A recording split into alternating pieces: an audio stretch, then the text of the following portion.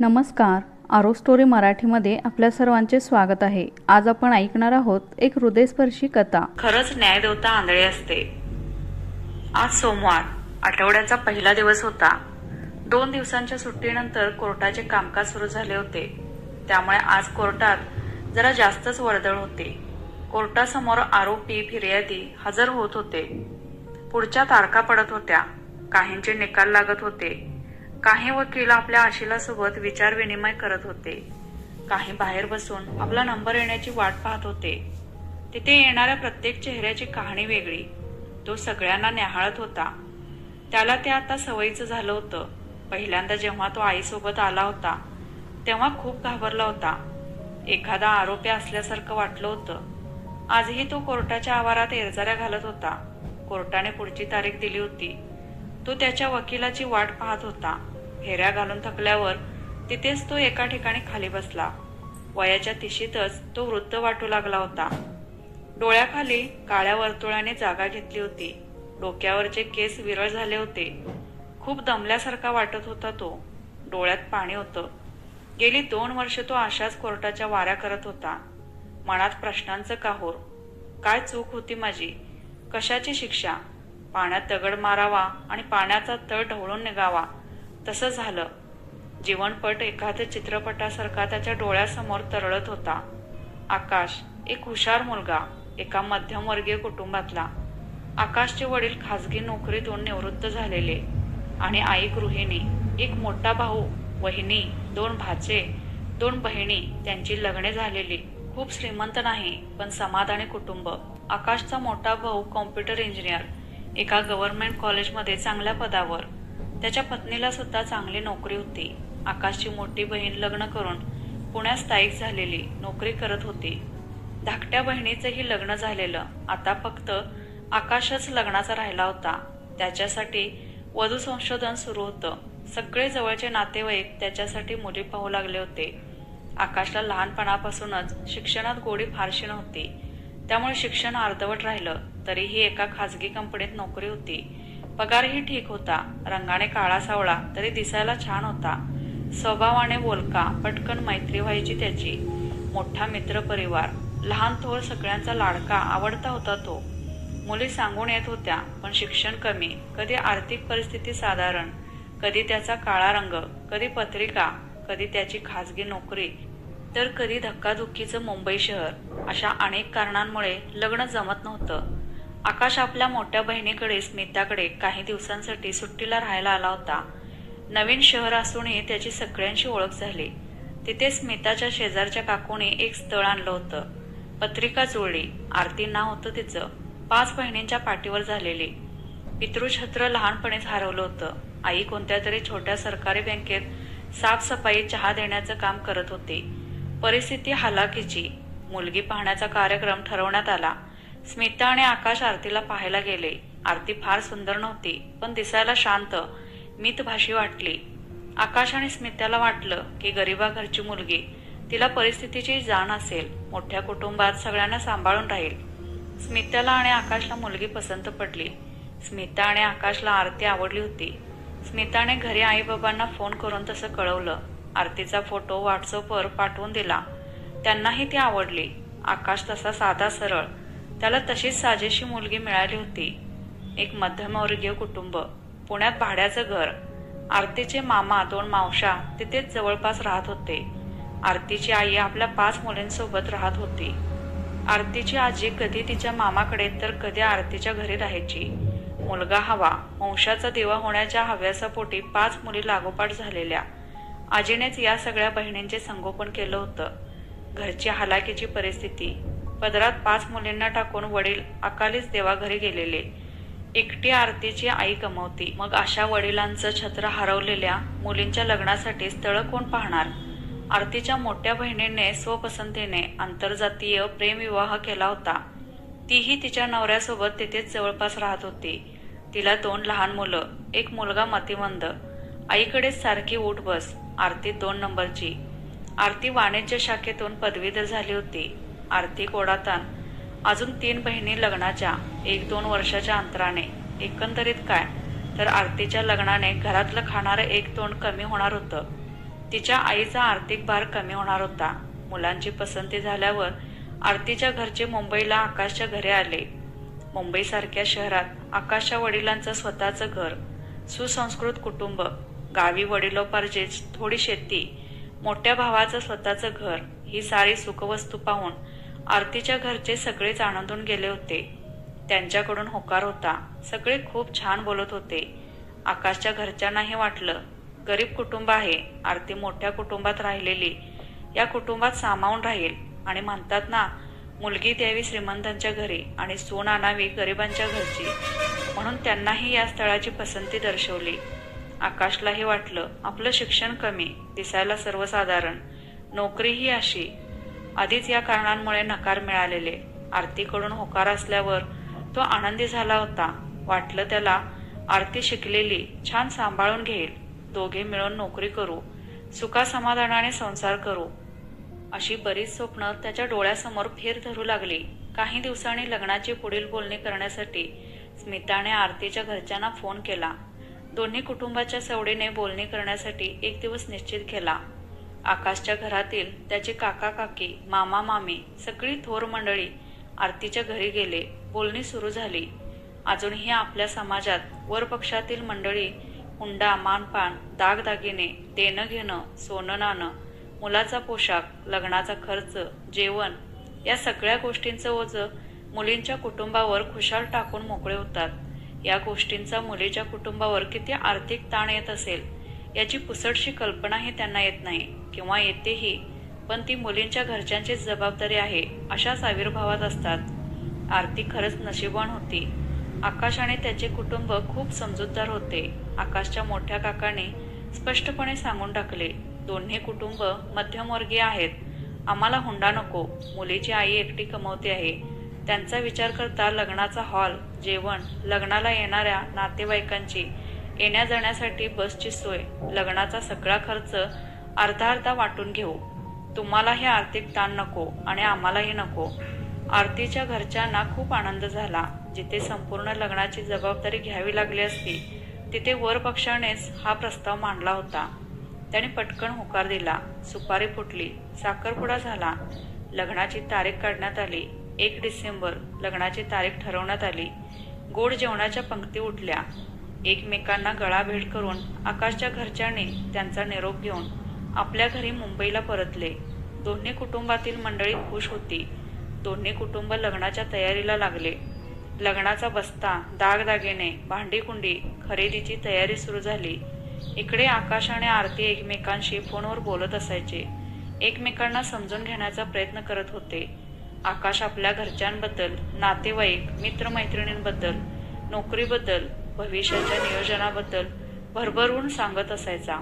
हे सगळं घडत असताना आकाशच्या एक गोष्ट लक्षात आली की आरती फारशी बोलायची नाही, फक्त हो हो करायची. ती कधीच भावी संसाराविषयी बोलायची नाही, कधीच इतर मुलींसारखी करिअरबद्दल बोलायची नाही. खूप मितभाषी, संत वाटायची. एकदा आकाशने हे स्मिताला बोलूनही दाखवले. तेव्हा स्मितानेच त्याला समजावले, हा प्रेम विवाह नाही, अरेंज मॅरेजमध्ये असंच असतं, समजून घ्यायला वेळ लागतो. ती आधीच लाजाळू म्हणून कमी बोलत असेल. आकाशलाही तिचं बोलणं पटलं आणि त्याने त्या गोष्टीकडे दुर्लक्ष केलं. लग्नाचा दिवस जवळ येत होता. लग्नाची लगबग दिसू लागली. आकाशही खूप उत्साहात होता. आकाशची बहीणही ऑफिसच्या कामातून वेळ काढत आरतीच्या घरच्यांना मदत करत होती. स्मिताने आरतीच्या बहिणीला सोबत घेऊन 5-6 कार्यालय पाहिले. त्यापैकी साधं आणि दोन्ही कुटुंबाला परवडेल अशा एका कार्यालयाची निवड केली. ॲडव्हान्स पेमेंटचा चेक स्मितानेच दिला. पुढे जाऊन साधी फुलांच्या सजावटीची ऑर्डर दिली. लग्नातल्या पंक्तीतला साधा मेनू निश्चित केला. तिच्या सर्वात धाकट्या आणि लाडक्या भावाचं लग्न होतं. ती खूप आनंदाने, प्रेमाने सगळं पाहत होती. आकाश आणि आरती दोघेही फोनवर एकमेकांशी बोलत होते. लग्नाच्या दिवसाची वाट पाहण्यात गुंग होते. आकाशच्या आईनेही आरतीसाठी छान मंगळसूत्र, नेकलेस, सोन्याच्या बांगड्या केल्या. आरतीच्या घरच्यांची परिस्थिती नाजूक असल्याने आकाशसाठी सोन्याची साखळी, अंगठीही केली. लग्नाचा बस्ता बांधला. आकाशच्या वहिनीचीही तिच्या लग्नात तिची फारशी हौस झाली नव्हती, म्हणून तिने छान साडी घेतली. मुलांसाठी कपडे, नंदांसाठी छान साड्या, सासू सासऱ्यांसाठी कपडे घेतले. नवऱ्यासाठी सूट घेतला. सगळी तयारी झाली. मेहंदीसाठी पार्लरमध्ये जाऊन आले. हळदीच्या दिवशी आकाशने मोठी जंगी पार्टी दिली. बँड बाजा डीजे गाणी लावून सगळे खूप नाचले. आनंदाला जणू उधाण आलं होतं. अखेर लग्नाचा दिवस उगवला. सकाळी लवकर मुंबईवरून बस करून आकाशचे कुटुंब, नातेवाईक, मित्रपरिवार सगळे कार्यालयात हजर झाले. लग्नात ही आरती शांतच होती. उत्साह दिसत नव्हता. नव्या नवरीचं तेज चेहऱ्यावर दिसत नव्हतं. आकाशच्या घरच्यांना वाटलं लग्नाच्या दगदगीमुळे दमली असेल, म्हणून चेहरा कोमजला असेल. ठरल्याप्रमाणे सगळ्या गोष्टी न झाल्यामुळे आकाशच्या पाहुण्यांची गैरसोय झाली. नीट व्यवस्था होऊ शकली नाही. वर पक्षाकडून आलेले अर्ध्याहून अधिक पाहुणे लग्न होईपर्यंत उभेच. आकाशच्या घरच्यांनीही तरीही समजून घेतलं, घरात करता पुरुष नाही. आरतीची आई एकटी कुठे कुठे पाहणार, थोडं घेऊ समजून. अखेरीस लग्न पार पडलं. आरतीच्या घरच्यांचा निरोप घेऊन सगळी वर पक्षातील मंडळी मुंबईला निघाली. आरतीने माप ओलांडून गृहप्रवेश केला. आकाशच्या घरच्या मंडळीने नव्या नवरीचे मोठ्या थाटात स्वागत केले. आरतीबरोबर तिची धाकटी बहीण पाठराखीण म्हणून सोबत आलेली. लग्नानंतरच्या विधी आटोपून घेतल्या. सगळे देवदर्शनासाठी, कुलदेवतेच्या पूजेसाठी त्यांच्या गावी जाऊन आले. गावचं घर, शेतीवाडी पाहून झालं आणि सगळे मुंबईला घरी परतले. स्मिताने लग्नात भेटवस्तू देण्यापेक्षा आकाश आणि आरतीसाठी केसरी टूर कडून गोवा ट्रिपची 2 तिकीटं काढून दिली. आकाश आणि आरती फिरायला गोव्याला निघून गेले. आकाश आणि आरती गोव्याला फिरायला गेले. 2 दिवसातच परत आले. घरातले सगळे विचारत होते, का लवकर आलात? आकाशने कामावर लवकर रुजू होण्याचं कारण सांगितलं, पण दोघेही शांतच. दुसऱ्या दिवशी आरतीला माहेरी पाठवणी करायची होती. आकाशच्या आईने आरतीच्या बहिणीला नवीन ड्रेस घेतला. आहेर देऊन पाठवणी केली. सोबत आकाशही पुण्याला आला. आरती माहेरी आली. तिला माहेरी सोडून आकाश स्मिताला भेटायला आला. आकाश घरी आल्यापासून शांतच होता. स्मिताची बडबड सुरू होती. लग्नातल्या गमती जमती सांगत होती, पण त्याचं तिच्या बोलण्याकडे लक्षच नव्हतं. काहीतरी बिनसले हे स्मिताच्या लक्षात आलं. आकाशच्या खांद्यावर हात ठेवत तिने त्याला विचारलं, काय झालं रे आकाश? तसा आकाशचा बांध फुटला. त्याच्या डोळ्यात पाणी होते. स्मिताला काळजी वाटत होती. ती पुन्हा पुन्हा त्याला विचारू लागली. तेव्हा कुठे आकाश बोलता झाला. तो सांगू लागला, ताई, आरतीचं काहीच समजत नाही ग. कधी प्रेमाने बोलते, कधी उगीच चिडते. आम्ही गोव्याला गेलो तेव्हाही तसंच. कुठेतरी एकटक शून्यात बघत असते. बाहेर जेवायला गेलो तरी तिथेही तसंच. इतका वेळ ताटात हात घालून उगीच अन्न चिवडत बसली. माझं जेवण होऊन 1 तास बसून राहिलो होतो तरी तिचं संपत नव्हतं. शेवटी मी कंटाळून म्हटलं, आवर लवकर. किती हळूहळू जेवतेस? तिला त्याचा राग आला. तशीच अर्धवट जेवण टाकून उठली. रात्री तिला जवळ घेतलं तर दूर केलं, ढकलून दिलं आणि मग मी झोपी गेल्यावर मध्यरात्री उठून अंगाशी लगट करू लागली. आम्ही खूप जवळ आलो. सकाळी उठलो तर परत तशीच एकटीच बसून काहीतरी पुटपुटत होती. कुठेतरी शून्यात पाहत होती. मी तिला हात लावला तशी माझ्यावर जोरात धावून आली. विचित्र डोळे करू लागली. मी घाबरलो आणि ट्रिप अर्धवट सोडून परत घरी निघून आलो. स्मिता आकाशकडे आश्चर्याने पाहू लागली. तिच्यासाठी सगळं हे नवीनच होतं. तरी त्याला धीर देत म्हणाली, मी बोलते आरतीशी. तुम्ही एकमेकांसाठी अनोळखीच. नवीन असताना असं होऊ शकतं. तिला आपल्यात सामावून घ्यायला थोडा वेळ लागेल. थोडा वेळ जाऊ दे, सगळं ठीक होईल. बहिणीच्या शब्दांनी आकाशला धीर आला. सगळं ठीक होईल ही आशा मनात जागवून गेली. आकाशच्या मनात विचारांचं वादळ उठलं होतं. स्मिताने धीर दिला खरा, पण तीही मनातून थोडी घाबरली होती. भावाचं लग्न करून आपण चूक केली नाही ना? मनात शंका येऊन गेली. हे देवा, माझ्या भावाचं रक्षण कर, असं म्हणत तिने देवापुढे हात जोडले. 2 दिवसांनी स्मिता आणि आकाश आरतीच्या माहेरी तिला परत घेऊन जाण्यासाठी आले. तिच्या घरच्यांनीही छान आदरातिथ्य केले. स्मिताने आरतीच्या आईजवळ आरतीचा विषय काढला. त्या म्हणाल्या, नाही, तसा काही प्रॉब्लेम नाही. फक्त ती कमी बोलते, शांत आहे. लग्नाच्या दगदगीने दमली असेल म्हणून चिडचिड केली असेल. काळजी करण्याचं काही कारण नाही. त्यांचं बोलणं स्मिताला पटलं. ती आरतीला घेऊन तिच्या घरी आली. स्मिता आरतीला म्हणाली, आरती, मी तुझी नणंद नसून बहिणीसारखीच आहे. तू माझ्यासोबत सगळं शेअर करू शकतेस. तुझं हे लग्न तुझ्या मर्जीनेच झाले ना? आकाश आणि तुझ्यात काही मतभेद नाहीत ना? आरती शांत होती. ती हळू आवाजात बोलली, नाही, तसं काही नाही. हे लग्न माझ्या मर्जीनेच झाले. आमच्यात काहीच वाद नाहीत. आकाश आणि आरती स्मिताचा निरोप घेऊन मुंबईला परतले. आकाश नेहमीप्रमाणे लवकर कामावर जात असे. आकाशचा मोठा भाऊ व वहिनी दोघेही लगेच त्यांच्या मागोमाग कामावर निघून जात. मुलांची सकाळची शाळा. दिवसभर घरी फक्त आकाशचे आई बाबा आणि आरती तिघेच. मुलं दुपारी शाळेतून घरी यायचे. थोडा वेळ जेवण करून झोपी जायची. परत संध्याकाळी क्लासला. आकाशचे भाऊ वहिनी रात्री 8 वाजता घरी यायचे आणि आकाश 10 वाजता. खाजगी कंपनी असल्याने खूप काम असायचं. त्यात लग्नामुळे आकाशच्या बऱ्याच रजा झाल्या होत्या. त्यामुळे कामाचा व्याप जास्त होता. सुरुवातीचे काही दिवस आकाशची आई वहिनी आरतीला काम सांगत नसत. नवीन आहे अजून. सासरच्या पद्धती अंगवळणी पडायला वेळ लागेल म्हणून तिला समजून घेत होत्या. लहान आहे, जेवण बनवता येत नसेल म्हणून आकाशची आई तिला जेवण बनवायला शिकवत होती. पण त्यांच्याही लक्षात आलं की आरती फार संत गतीने काम करते. नवीन असेल म्हणून होत असेल असं स्वतःचीच समजूत घालत होत्या. पण त्याही थकल्या होत्या. त्यांचंही वय झालं होतं. घरातली सर्व कामं झेपत नव्हती आणि सोन घरात असूनही त्यांना सर्व काम करावे लागायचे. हळूहळू सगळ्यांच्याच हे लक्षात येऊ लागलं. आरती फारशी कोणाशी बोलायची नाही. एकटीच तिच्या खोलीत बसून राहायची, एकटक शून्यात पाहत. कितीही आवाज दिला तरी तिला ऐकूच जायचं नाही. मग एकदम ओ द्यायची, झोपेतून जागं व्हावं तसं. आकाशच्या आईला वाटायचं निदान आकाशकडे आपल्या नवऱ्याकडे तरी तिने बायको म्हणून लक्ष द्यावं. पण तसं घडायचं नाही. त्याचे कपडे, त्याचा डबा सगळं आईच करायच्या. आरती कोणत्याच कामाला स्वतःहून हात लावत नसायची. सांगेल तितकंच करायची. जेवण बनवता येत नसल्यामुळे सगळा भार आकाशच्या आई आणि वहिनीवर पडू लागला. घरात आरती असतानाही ऑफिसवरून येऊन घरातलंही तिलाच पाहावं लागल्यामुळे घरात दोघा नवरा बायकोंमध्ये कुरबुर होऊ लागली. त्याचे पडसाद सर्व कुटुंबावर उमटू लागले. घरातली शांतता भंग पावली. आकाशच्या आईने स्मिताला सांगितले. त्याचबरोबर आरतीच्या आईलाही सांगितले. स्मिताने तिच्या आईला घरी बोलावून घेतले. सगळं सविस्तर सांगितलं. त्या ही गोष्ट मान्य करतच नव्हत्या. ती शांत आहे फक्त, बाकी काही प्रॉब्लेम नाही असंच बोलत राहिल्या. स्मिता म्हणाली, ती कामाला चपळ नाही, खूप सावकाश काम करते. तिला घरातलं काहीच काम येत नाही. तुम्ही आम्हाला सर्व खोटं सांगितलं की आरतीला सगळं येतं. कामाचं जाऊ दे, निदान घरात सर्वांशी मिळून मिसळून तरी राहायला हवं ना. एकटीच आपल्या खोलीत बसून असते. सगळ्यांचं नको, कमीत कमी नवऱ्याचं तरी पाहायला हवं ना.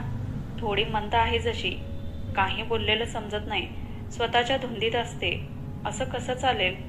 झालं, भांडण करण्यासाठी इतकंच कारण पुरेसं झालं. त्या तावातावाने भांडू लागल्या. तुम्ही चंचल मुलगी पाहायची होती. माझ्या मुलीला मोलकरणीची कामे देता, धुणी भांडी करायला सांगता. माझी मुलगी काय वेडी आहे का? असं कसं तुम्ही बोलता? आणि त्या रागाने निघून गेल्या. स्मिता गोंधळून गेली. तिला असल्या वादाची सवय नव्हती. त्या तिलाच खूप काही बोलून गेल्या. एव्हाना तिच्या लक्षात आलं होतं, आपण चुकीच्या लोकांशी सोयरीक केलीये. कोणाशी बोलणार? सगळ्याच बायका बोलायला गेलं की भांडायला उठायच्या. काय करावं तिला कायच कोणालाच समजत नव्हतं. आकाश दिवसेंदिवस अशक्त होत चाललेला होता. काळजीने प्रकृती ढासळत चालली होती.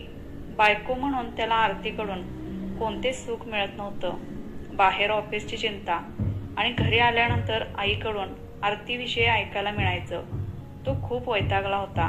कोणी मित्राने त्याला सांगितलं की दारू पिल्याने दुःख कमी होतं म्हणून तो दारू पिऊ लागला.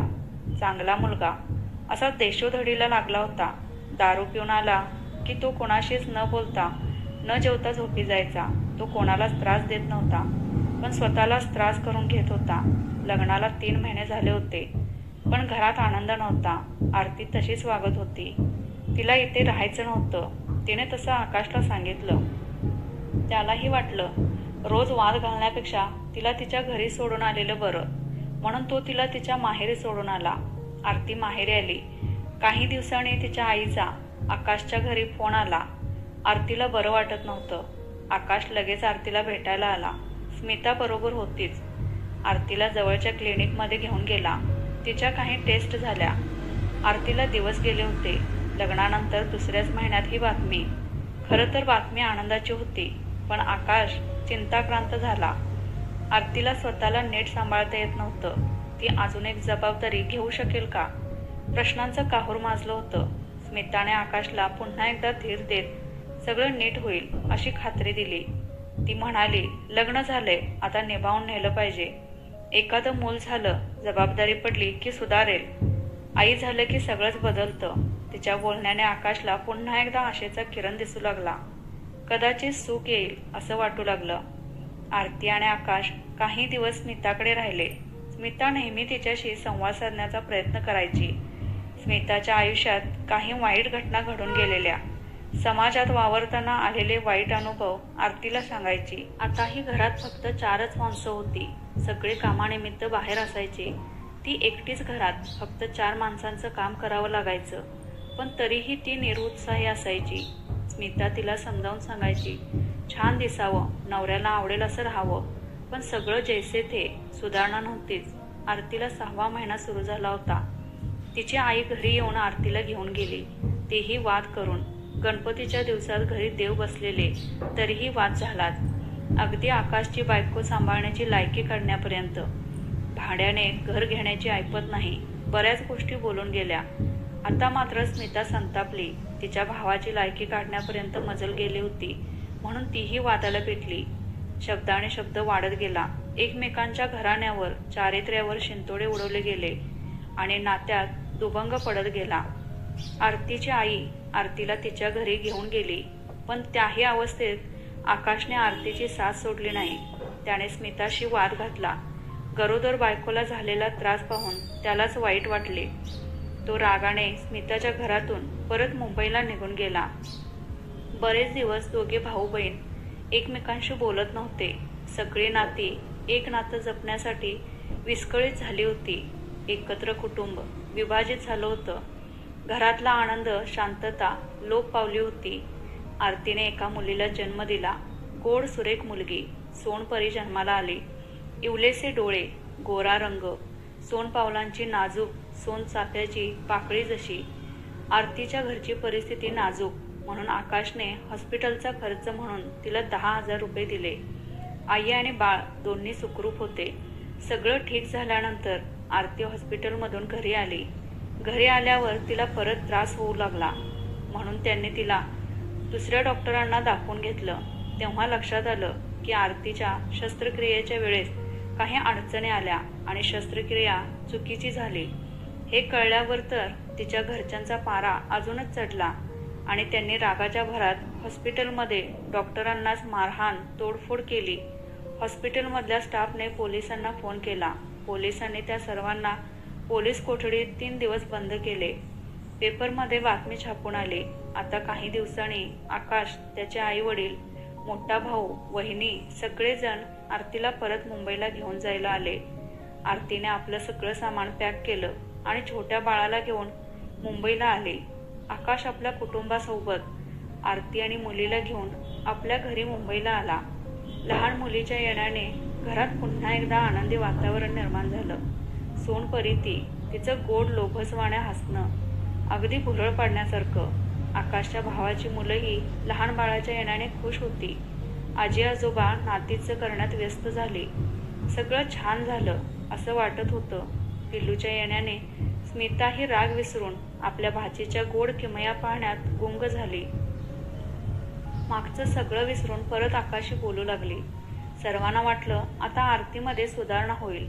आईची जबाबदारी अंगावर पडली की बरोबर तिला समजू लागेल. पण तसं काहीच घडलं नाही.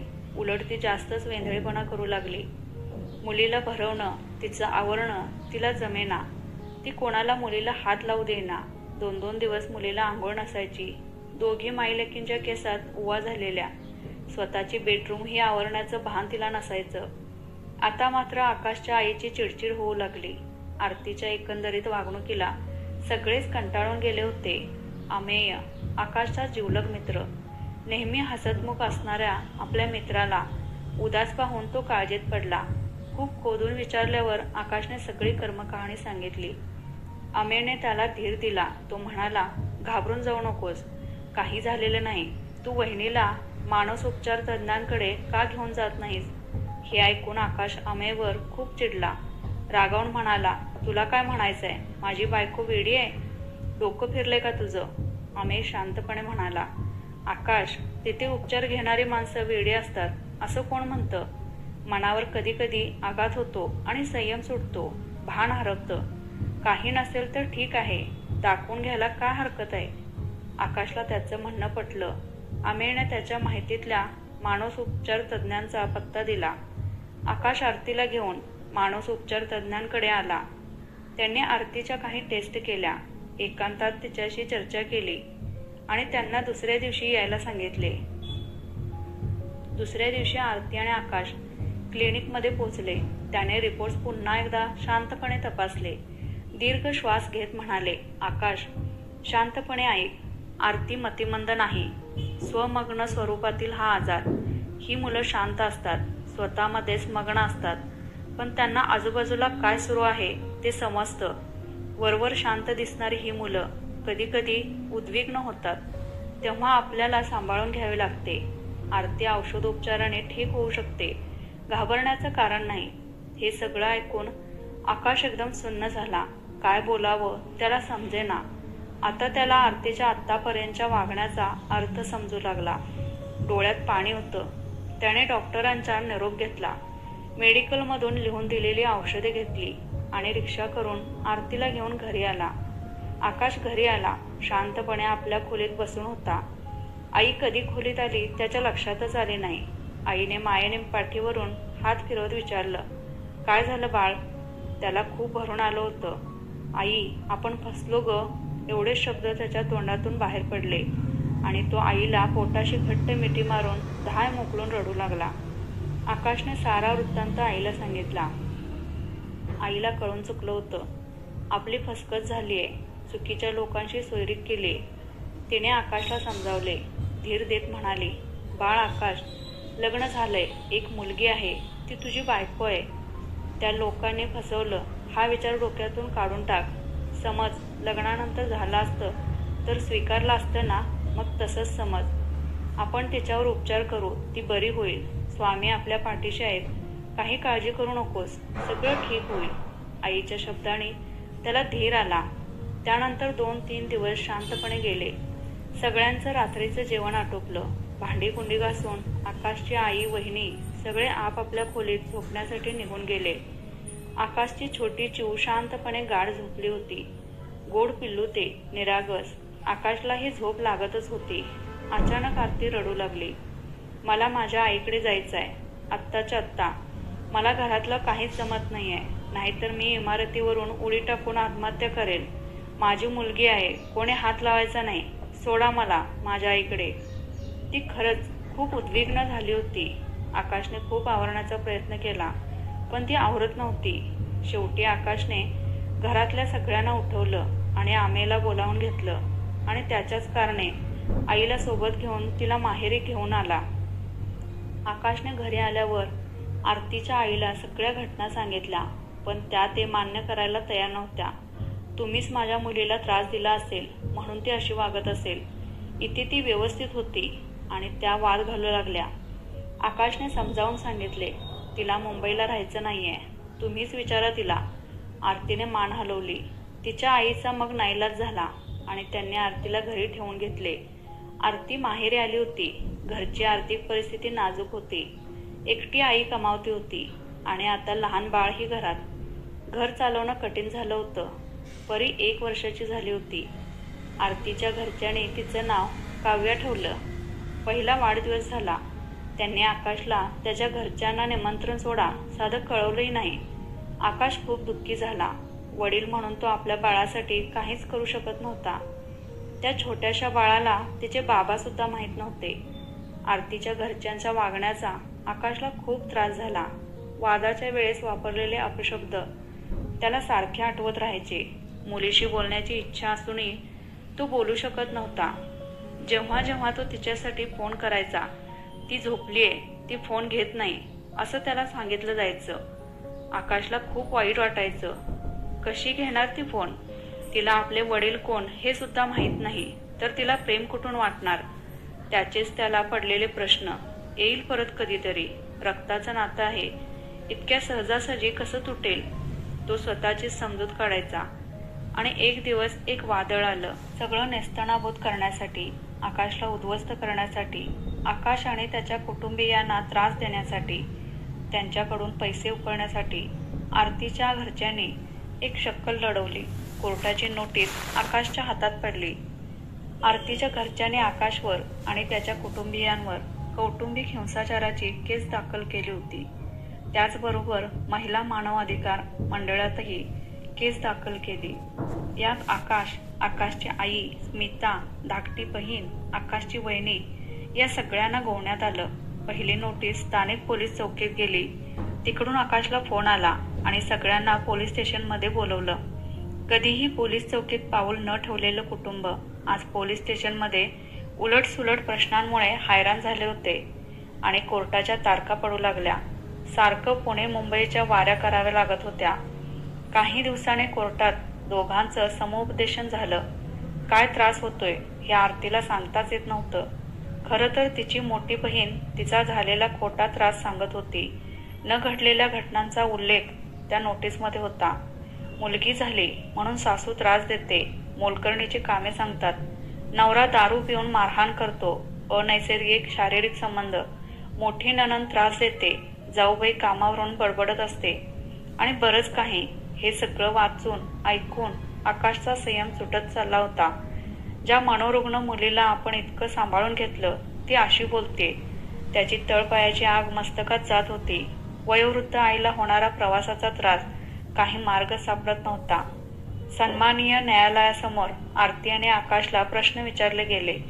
चौकशी करताना न्यायाधीशांच्या लक्षात आलं की आकाशच्या घरचे सगळे सुशिक्षित, मोठी नणंद खाजगी संस्थेत मोठ्या हुद्द्यावर, पुण्याहून ती कधी त्रास द्यायला गेली असेल. आरतीला विचारणा केल्यावर आरती गोंधळली. तिने मग आपलं विधान बदलून धाकट्या नंदेचं नाव सांगितलं.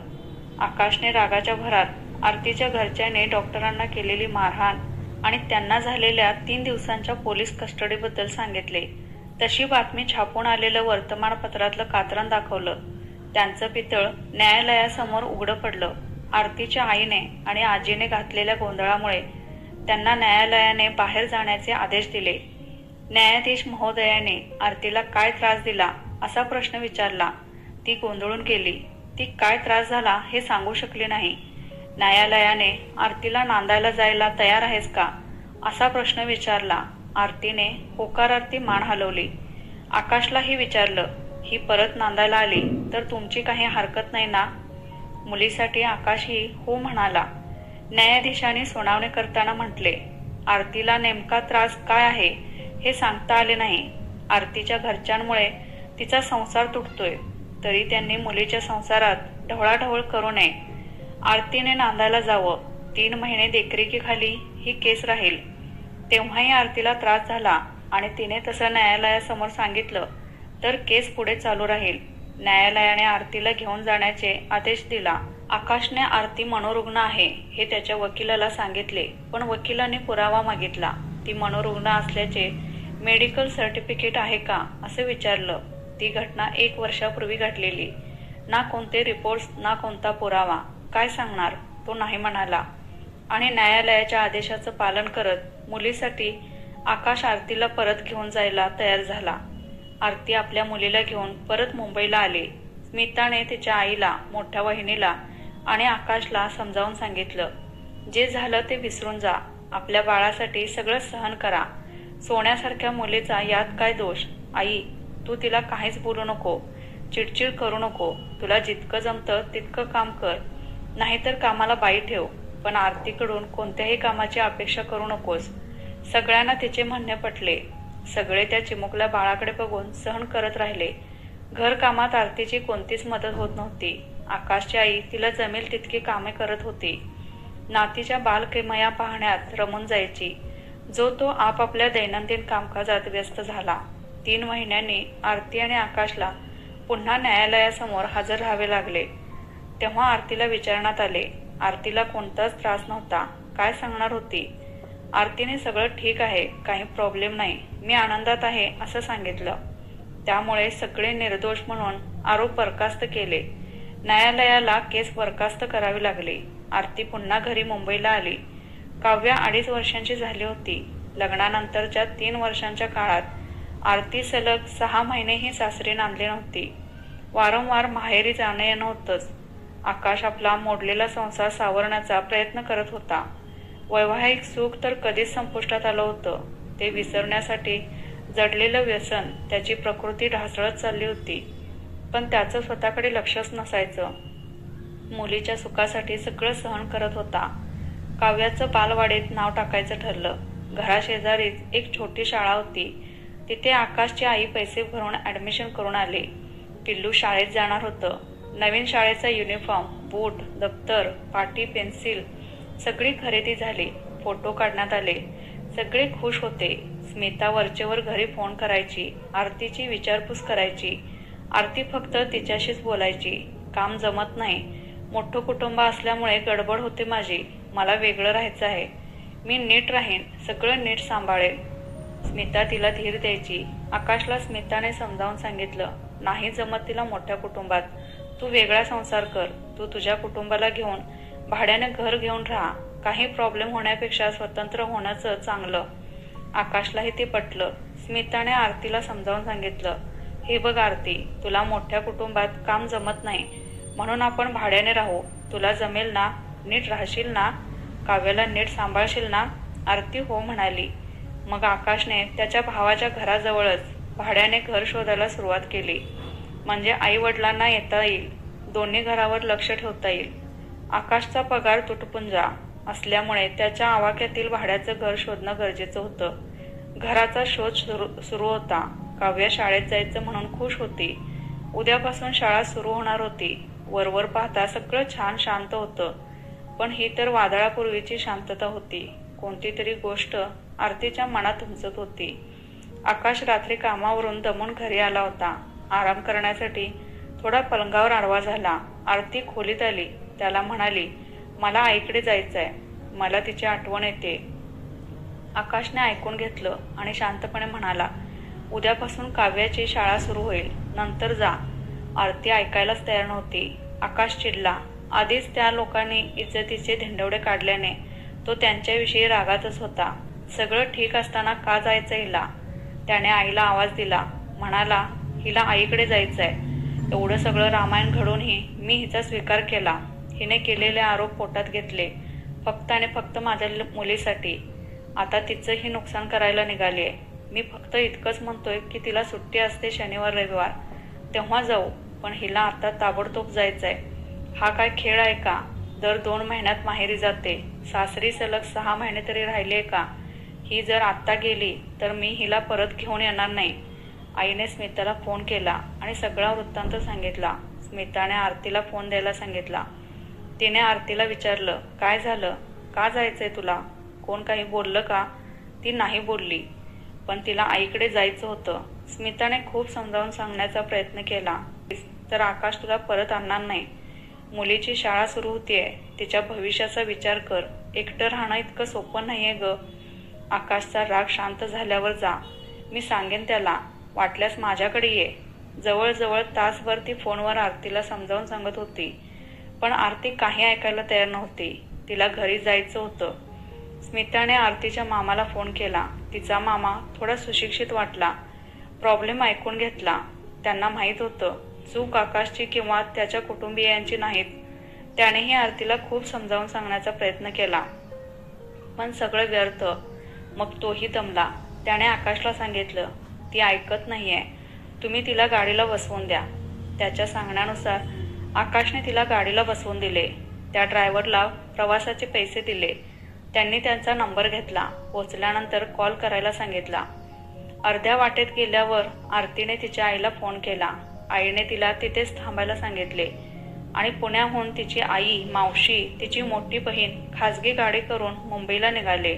आरती थांबली होती तिथे सर्वजण पोहोचले. तिची मोठी बहीण म्हणाली, असं नाही सोडायचं त्याला. सगळ्यांना दाखवून देते काय आहे ते. आणि तिने अचानकपणे आरतीच्या कानाखाली मारली. तिला ढकलून दिले. तिला पोचकारले. तिचे कपडे फाडले, डोक्यावर तिच्या हातात असलेली पर्स फेकून मारली. आरतीला डोक्यावर टिंगूळ आलं आणि त्या अवस्थेत ती आरतीला घेऊन स्थानिक पोलीस स्टेशनमध्ये गेली आणि पुन्हा एकदा आकाश आणि त्यांच्या कुटुंबियांविरुद्ध कौटुंबिक हिंसाचाराची तक्रार केली.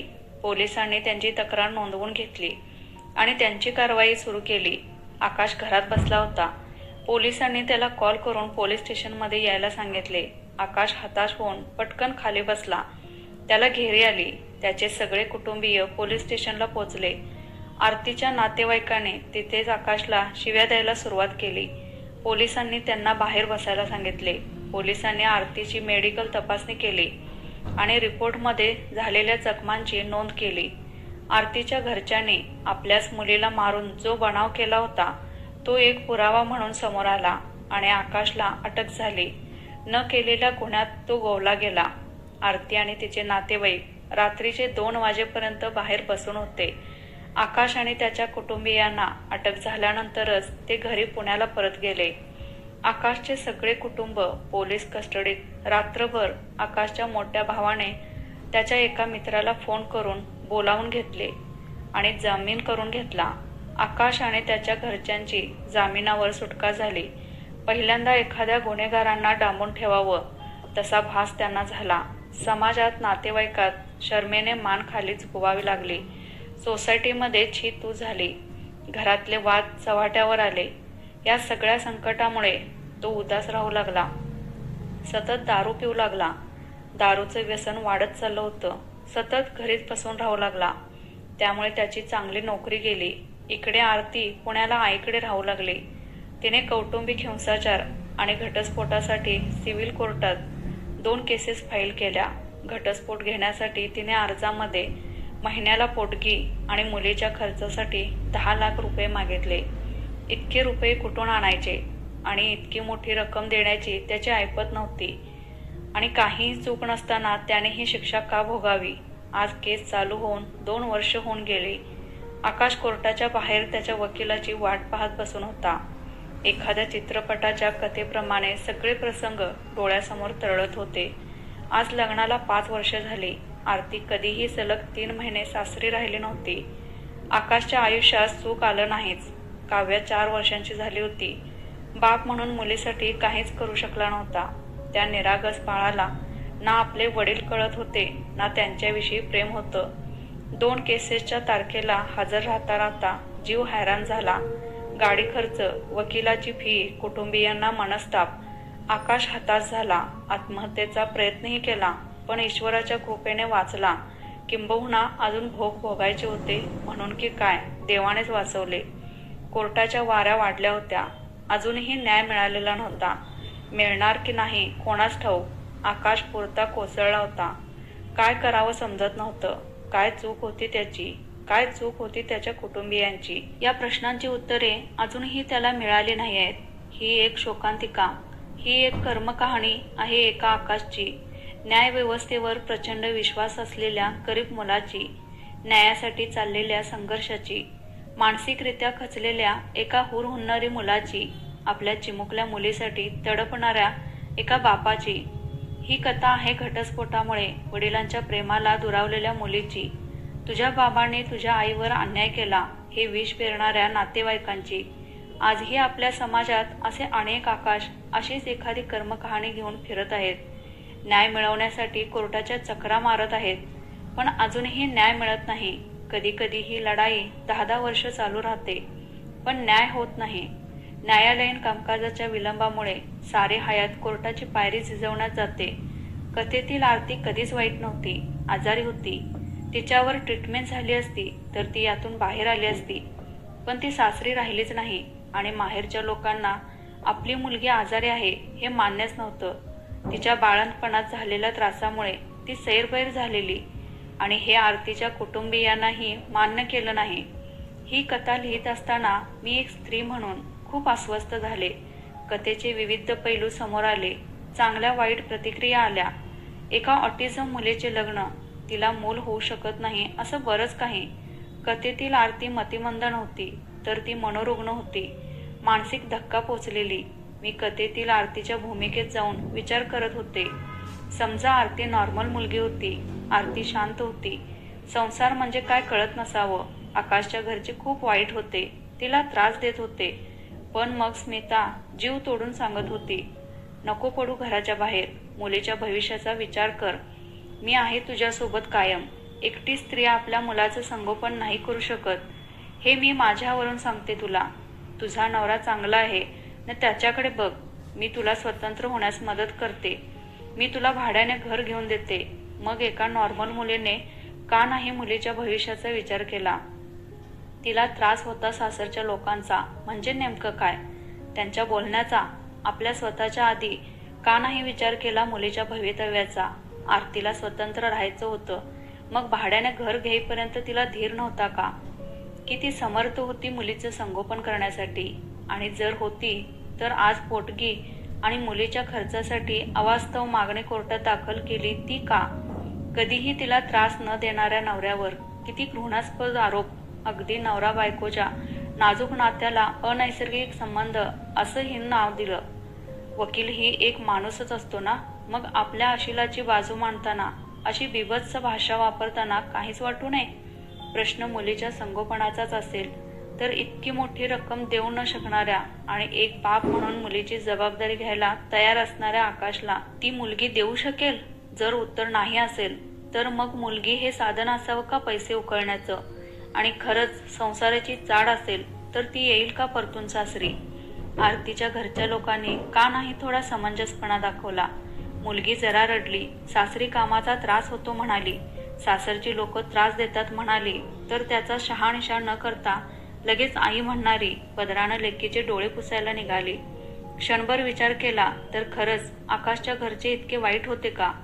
आरतीच्या आईने का नाही निक्षून सांगितलं, बाळ तेच तुझे आई बाबा, तेच तुझं घर, सहन कर थोडं, उलट ये निघून घरी तू. पण असंच नाही यायचं, राडा करूनच घरी यायचं, आकाशला धडा शिकवूनच, ही त्यांची भाषा. मुलीच्या घटस्फोटाचा अर्ज दाखल करणाऱ्या आरतीच्या घरच्यांनी तिचा संसार टिकवण्यासाठी किती प्रयत्न केले. आरतीला पोलिसात तक्रार करण्यास कोणी उद्युक्त केले?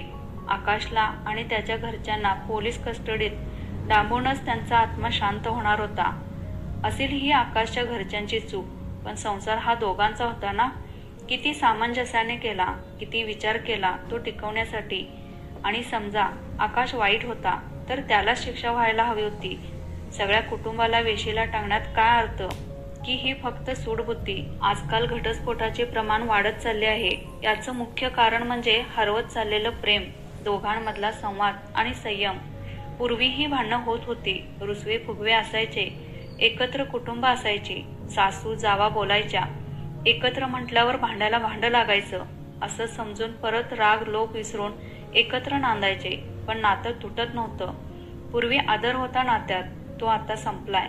रस्त्यावर एखादं जोडपं भांडत असेल आणि पुरुष त्या स्त्रीला मारत असेल तर बघणारे म्हणतील किती दुष्ट माणूस आहे, बायकोवर हात उचलतो.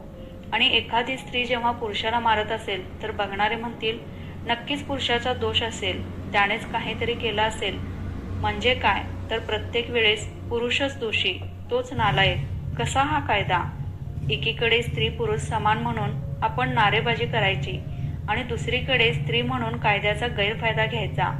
तोच कायदा, न्याय सर्वांसाठी समान असायला नको का? का घ्यावा त्याचा फायदा एक स्त्री आहे म्हणून? मी कोणत्याही वाईट वागणाऱ्या पुरुषाचं समर्थन करत नाही वा कोणत्याही व्यतीत स्त्रीचा अपमानही करत नाही. जर एखाद्या स्त्रीवर खरोखरच अन्याय होत असेल तर नक्कीच पेटून उठायला पाहिजे. अन्यायाविरुद्ध लढायला हवं, पण ऊस गोड लागला म्हणून मुळासकट खाऊ नये. कायदा स्त्रियांच्या बाजूने आहे म्हटल्यावर गैरफायदा घेऊ नये. अशा काही स्त्रियांमुळे ज्यांच्यावर खरोखरीच अन्याय झालाय त्यांना न्याय मिळत नाही. कोणत्याही चुकीच्या व्यक्तीची बाजू ग्राह्य धरून कोणावर अन्याय होऊ नये इतकंच सांगायचंय, मनातलं थोडं. तर मित्रांनो, आजची कथा आवडल्यास लाईक, शेअर आणि कमेंट करा आणि अशाच आणखीन कथा ऐकण्यासाठी चॅनेलला सबस्क्राईब करा. कथा शेवटपर्यंत ऐकल्याबद्दल धन्यवाद.